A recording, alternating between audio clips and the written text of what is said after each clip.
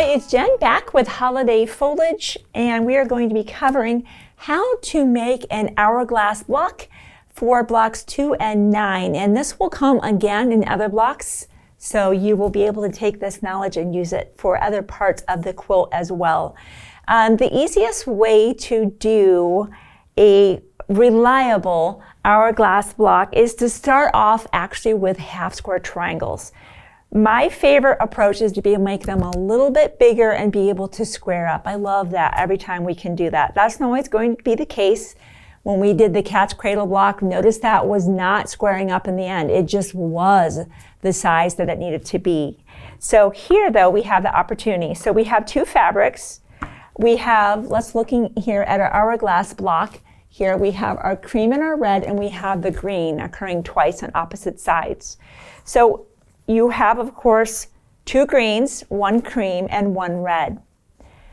I'm going to give you two approaches to creating your half square triangles. You can, and this is the way I learned, you can simply draw the line from diagonal to diagonal and seek that 1/4 inch on either side of the line. Or you can use the Creative Grid seam guide, which is what I did for one of the pairs here, and place that diagonal to diagonal, sew on either side, or excuse me, draw on either side of the line, and then sew on that line. Easy. It's way easier to draw, sew on a drawn line, of course, than to find that. But I want to show you what that would look like.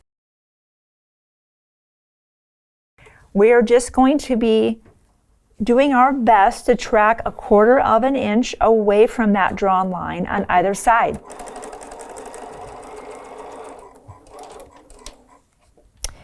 As I travel, my diagonal seam tape is now coming into play. Notice how this line, I don't know if you can see that from the side camera, is now directly in line with the black line. That's helping me to stay true to finding that 1/4 inch. That's kind of why I leave it on my machine. Its usefulness to me comes and goes depending on the project I'm doing, but why not just leave that on there so when the occasion calls for it, it's there. I have removed that from my machine and left no residue, so it's a great thing. You can leave it on for a long time.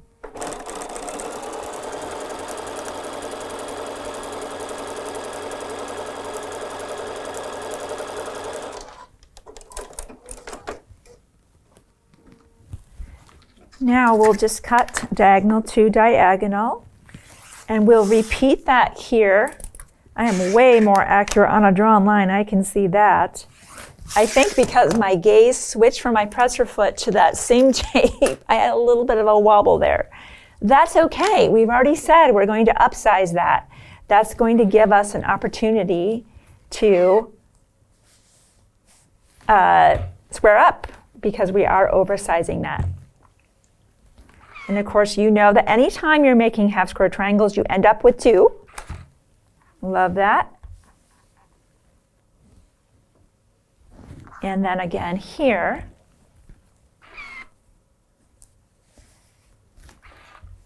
I'm just pressing to the green every time.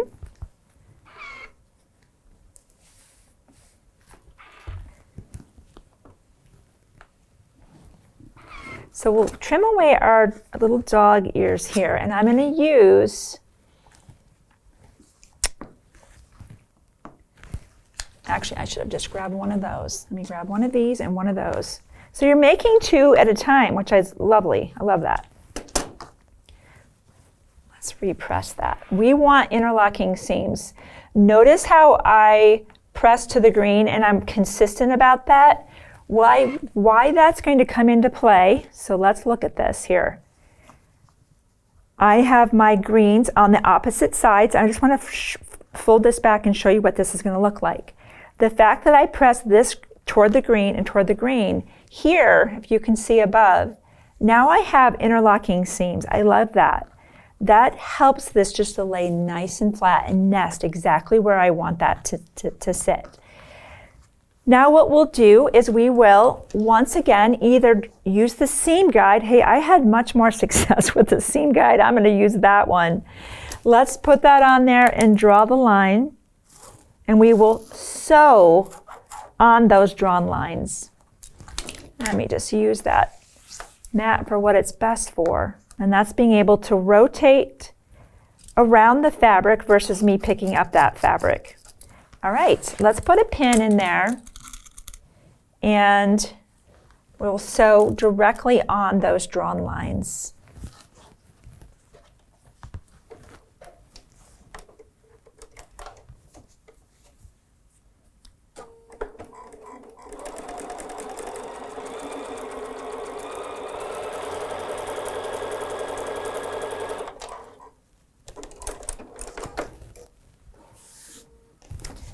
So now when I cut this apart, we will have 2 hourglass blocks.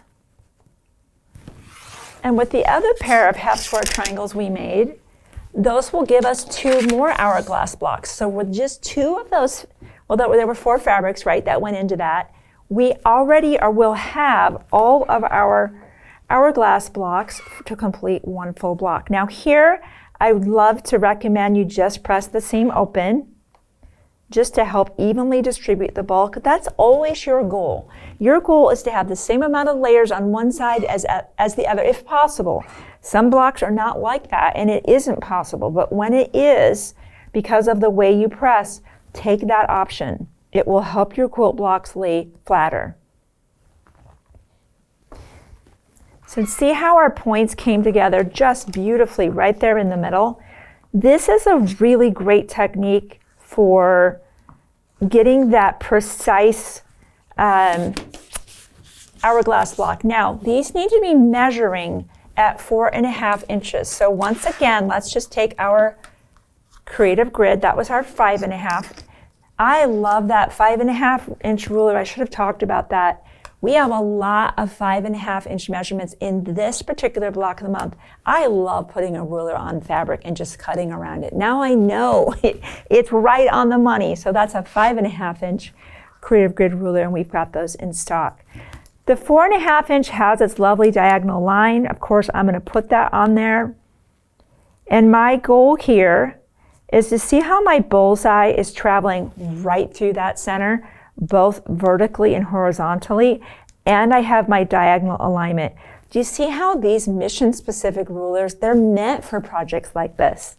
So I know that if I have this position on my diagonal, the white line's going right through my center, the horizontal white line is going right through my center, I am absolutely in the perfect spot. So now those hourglass blocks that maybe you've dreaded in the past will be easily one of your most accurate and nearly perfect blocks. I always say nearly perfect because I don't know that there is a perfect block, but as close to perfect as can be. Let me get this out of the way to declutter my sight picture. So once again, when I realign, I have diagonal, splitting right through the middle, right through the middle. Hold steady, trim, and look at that. That's just amazing. So that is a great technique for reliably making hourglass blocks. And of course, in this instance, we've got a mission-specific ruler to help us get there and trim up on all 4 sides. So when we're putting this one together, just like before, we've got our square and a square, hourglass, square and a square. You're sewing those rows together, pressing those seams open, and then when you're doing final assembly, once again, you're going ahead and pressing those seams open. Moving ahead onto block, let's look over here at block 3. Because we know how to make hourglass, we just did that. We have a beautiful center, a simple 4-patch. I'm not only going to show you a simple 4-patch just to show you maybe, again, the lovely aids of the 1/4 inch seam allowance are a great thing to kind of just help us get through that 1/4 inch seam allowance. But we're going to jump ahead because we already know how to do the cat's cradle, and we know how to do the square and a square. We know how to do this block right, trying to pick out this one here. This is the flying geese unit. I definitely want to go over that. I'm going to show you some pretty cool techniques, introduce a Creative Grid tool to you. That is absolutely just an option. But as you can see, that's a pretty good option to take. Creative Grid makes some great products. So I'll be back with block 3, but also move forward and show you how to do the flying geese component of that block 5 and its counterpart. I'll see you soon.